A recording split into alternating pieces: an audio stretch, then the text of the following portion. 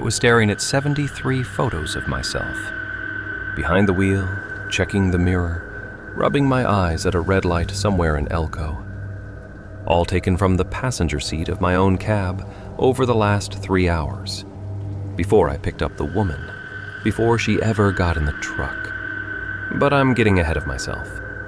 I'm Kevin, 35, been running long haul for almost 12 years now, mostly cross-country routes for a logistics company out of Sacramento. The Nevada run is one I do twice a month, I-80 straight through, then south on 95 through nothing but scrub and dark, until you hit the California line. It's boring as hell, which is exactly why I like it. No traffic, no drama, just me, the road, and whatever podcast I'm halfway paying attention to. This was mid-March, maybe 2 in the morning. I'd left Salt Lake around 6 the previous evening, made decent time through Wendover, and was about 40 miles past Fallon when I saw her. Just standing there on the shoulder, one arm out, thumb up, white tank top, jeans, sneakers, no bag, no jacket, even though it was maybe 45 degrees out there. I almost didn't stop. You don't pick up hitchers anymore, not if you're smart. But something about the way she was just standing there, totally still, made me ease off the gas. I pulled onto the shoulder about 30 feet past her and waited. In the side mirror, I watched her walk up to the passenger door, slow, not limping, not hurrying, just walking like she had all the time in the world. When she got close enough, I leaned over and popped the door. "Where are you headed?" I said. She climbed in without answering, closed the door, buckled her seatbelt. Then she looked straight ahead through the windshield like I hadn't said anything. Hello?" I tried again. I said, "Where are you going?" Still nothing. She had dark hair pulled back in a ponytail, maybe late 20s, early 30s, pale skin. Her hands were folded in her lap. She wasn't looking at me, wasn't looking at her phone, wasn't looking at anything, just staring forward. I should have told her to get out right then, I know that now. But at the time I just figured maybe she was in shock or something. Maybe her car broke down and she'd been walking for miles. People get weird when they're exhausted. "All right," I said. "Well, I'm going through Tonopah, then down to the state line. If that works for you, cool. If not, I can drop you at the next gas station." She gave the tiniest nod. Or maybe she didn't and I just convinced myself she did. I pulled back onto the highway and got us up to 70. The cab was silent except for the engine and the tires on asphalt. I'd paused my podcast when I stopped, and I didn't feel like starting it back up now. Something about having a person right there who wouldn't talk, made any noise, feel wrong. After about 10 minutes, I glanced over at her. She was still in the exact same position, hands folded, staring forward. "You okay?" I said. "Nothing." "Did something happen? You need me to call someone?" Her head turned toward me, slow, like she was on a swivel, and she looked at me for a solid 5 seconds, no expression at all on her face, before turning back to the windshield. My hands went a little cold on the wheel. I told myself I was being paranoid. She was probably just traumatized, or high or something. We drove for another 20 minutes, and she didn't move once. Didn't shift in her seat, didn't cough, didn't scratch her nose. I started paying more attention to her than the road, which is stupid, but I couldn't help it. It was like sitting next to a mannequin. About an hour in, I saw the lights of a Love's station coming up on the right. I flipped on my signal. "I'm gonna fuel up here," I said. "You can grab something to eat if you want, bathroom, whatever." She didn't acknowledge me, but when I pulled into the lot and parked at the diesel pumps, she unbuckled and opened her door, climbed out, closed it behind her. I watched her walk toward the building, past the gas pumps, past the front entrance, around the side toward where the restrooms were. That same slow, steady walk. Then she turned the corner, and I couldn't see her anymore. I got out and fueled up. Took maybe 10 minutes. The whole time I kept expecting her to come back, but she didn't. I went inside, paid for the fuel, grabbed a Red Bull and a bag of combos, and stood near the front window for a few minutes, scanning the parking lot. No sign of her. I walked around the side of the building to the restroom area. The women's door was propped open, one of those out-of-order signs taped to it. Nobody inside. I checked the men's room. Empty. I walked the perimeter of the building, checked between the parked semis. She was just gone. Fuck it, I muttered. I wasn't gonna stand around looking for someone who clearly didn't want to be found. If she wanted to disappear into the night, that was her business.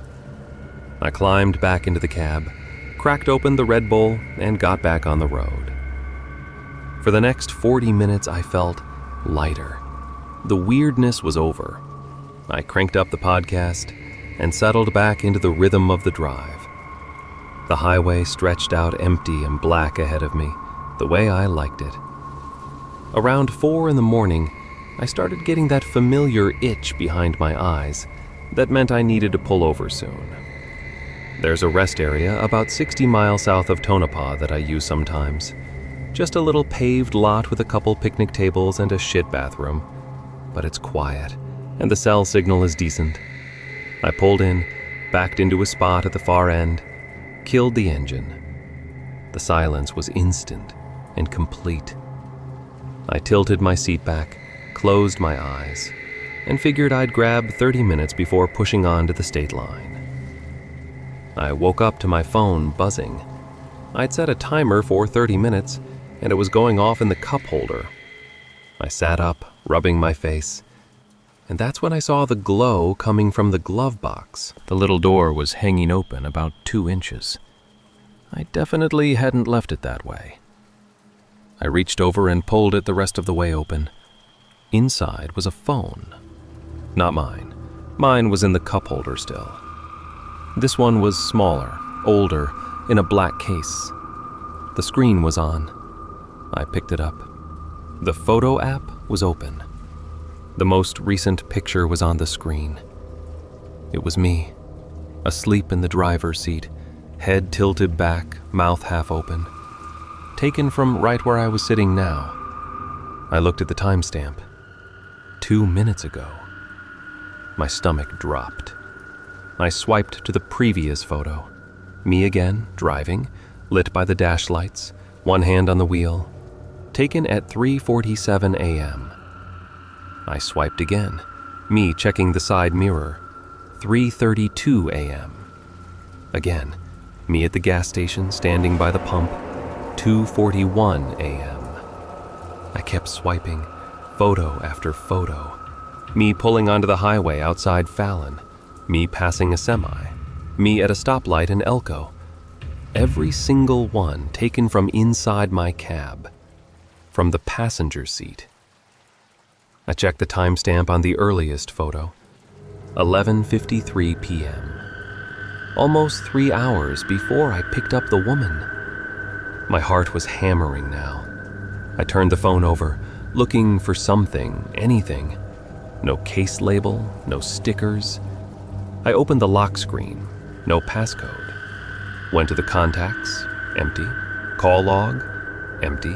Messages, empty. The only thing on the entire phone was the photo app, and the only photos in it were of me. 73 pictures. I counted them twice. I looked up at the windshield, then at the passenger window. The rest area was completely dark, except for one distant floodlight near the bathrooms. I couldn't see anything outside the cab, except my own reflection in the glass. And then I looked closer at the photo of me sleeping, at the window behind my head. There was something in the reflection, a pale oval shape pressed against the glass from outside. A face, I snapped my head around to look at the actual window behind me. Nothing there, just empty darkness. I turned back to the phone, zoomed in on the photo. The resolution was shit, but the shape was definitely a face. Eye sockets, a mouth. Too close to the glass, like whoever it was had their nose and lips pressed right up against it. I threw the phone in the passenger seat and started the engine. My hands were shaking so bad I could barely get the key turned. I didn't check my mirrors. I just put it in drive and got the fuck out of there.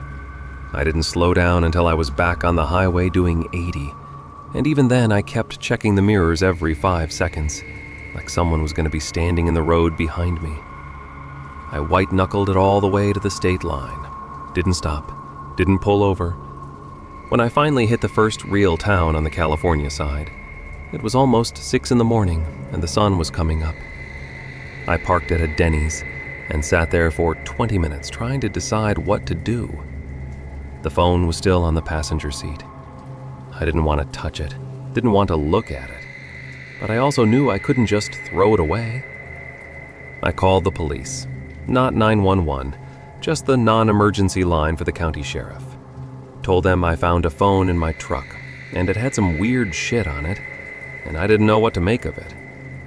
The dispatcher sounded bored, told me to bring it to the nearest station. I drove to the substation in Bishop and handed it over to a deputy who looked about 19. He turned it on, swiped through the photos, and his expression changed. He asked me to wait. He disappeared into the back for maybe 15 minutes. When he came out, he had an older guy with him, a sergeant or something. "Where'd you say you found this?" the sergeant asked. "In my glove box. I stopped at a rest area south of Tonopah, and when I woke up, it was just there." "You stop anywhere else last night?" "Yeah, a Love's outside Fallon. Fueled up around 2:30. "You pick up any passengers?" I hesitated. "Yeah, a woman. She flagged me down on 95, wouldn't tell me where she was going. I dropped her at the Love's. She went to the bathroom and never came back." The sergeant looked at the younger deputy, then back at me. "Can you describe her?" I did. He wrote it all down. Then he asked me to wait again. This time he was gone for almost an hour. I sat in the lobby, drinking shitty coffee from a machine and watching the sun climb higher outside the window. I kept thinking about that face in the photo, the way it was pressed against the glass, the way it shouldn't have been there because I was parked in the middle of an empty lot with nothing around me. When the sergeant finally came back out, he looked tired. He sat down across from me. "That phone is in our database," he said. "It belonged to a long-haul driver named Aaron Pettigrew, 39 years old. He went missing 8 months ago on Highway 95. Last known location was a rest area about 60 miles south of Tonopah." I felt something go cold in my chest. "Same rest area where I stopped?" "We think so. His rig was found abandoned there. No sign of him, no sign of a struggle. Phone, wallet, everything was gone. We figured maybe he hitched a ride with someone and something went wrong. Case is still open." "But his phone was in my truck," I said. "How the hell did it get there?" "That's what we're trying to figure out." He asked me more questions, wanted to know my exact route, when I stopped, if I saw anyone else at the rest area, if I'd noticed anything strange before I picked up the woman. I told him everything I could remember, but it wasn't much. He made me give a formal statement, took my contact info, told me they'd be in touch. I left the station around 9 in the morning and drove straight home. I called my dispatcher and told him I was taking a few days off. Didn't explain why. I haven't taken that route since. I requested a transfer to the northern runs, up through Oregon and Washington, and my boss didn't ask questions. Here's what keeps me up at night. The photo started at 11:53 p.m. I picked up the woman around 1:15. That's more than an hour of someone, or something, sitting in my passenger seat, taking pictures of me while I had no idea they were there. And the photos were still being taken after she got out, right up until I was asleep in that rest area.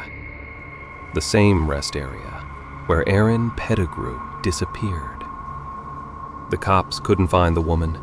They pulled security footage from the Love station and she was there, clear as day, walking around the side of the building. But she never came back out. They checked every angle. She just vanished. And no one matching her description was reported missing. No ID, no leads. I think about Erin Pettigrew sometimes. I wonder if he picked her up too. If he found a phone in his glove box with pictures of himself.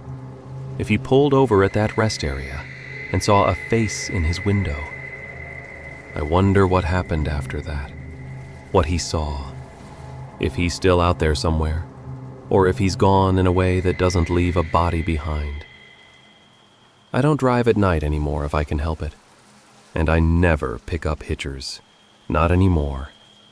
But sometimes when I'm on the road and it's getting close to dark, I'll check my mirrors, and I'll see a white tank top in the distance, standing on the shoulder, just standing there.